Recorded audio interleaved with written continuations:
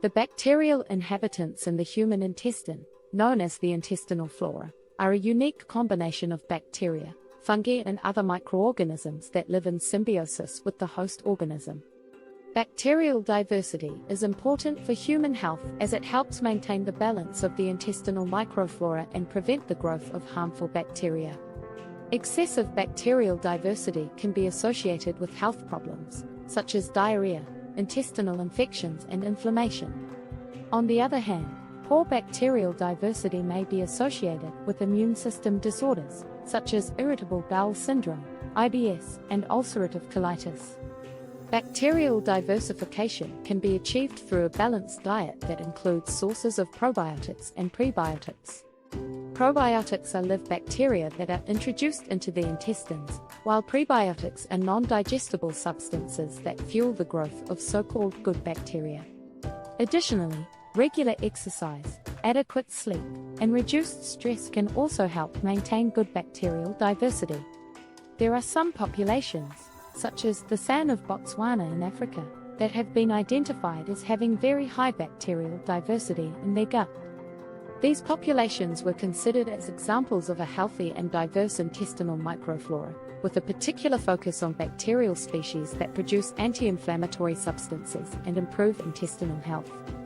It is important to note that these populations have been identified as examples of high bacterial diversity due to their dietary traditions and lifestyles, which include fermented food diets and increased exposure to nature. These factors can affect bacterial diversity and the well-being of the intestinal microflora. The San people of Botswana in Africa eat a diet of fermented food, such as fermented corn porridge, fermented maize and fermented wheat beer. These foods are rich in probiotics, which are microorganisms that benefit gut health, and prebiotics, which are substances that feed the good bacteria in your gut. Furthermore, their diet also includes nuts, seeds and vegetables, which are rich in dietary fiber, which helps maintain a healthy and diverse intestinal microflora. Their diet is low in processed foods and refined sugars, which are known to have a negative effect on the health of the intestinal microflora. The San of Botswana also ate meat, along with vegetables, fruits, nuts and seeds. The meat was often obtained through hunting and was eaten fresh or dried for long-term storage. Drying meat can increase bacterial diversity and nutritional value. Drying is a method of preserving food that reduces moisture and slows or prevents the growth of harmful bacteria. This can increase the shelf life of the meat and improve its digestibility.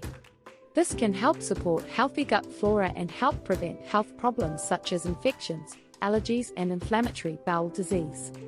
The San of Botswana fermented their food, for example, the fermentation of maize porridge, which converts the sugars in the maize into lactic acid, gives the porridge a sour taste and smooth texture.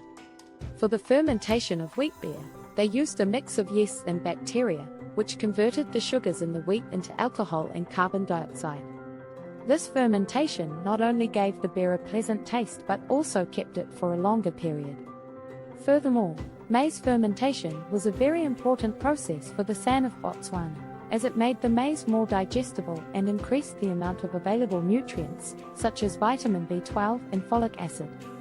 Overall, the fermentation of food was an important process for the San of Botswana, which helped preserve food, increase its digestibility, and improve its nutrition. Thanks for watching.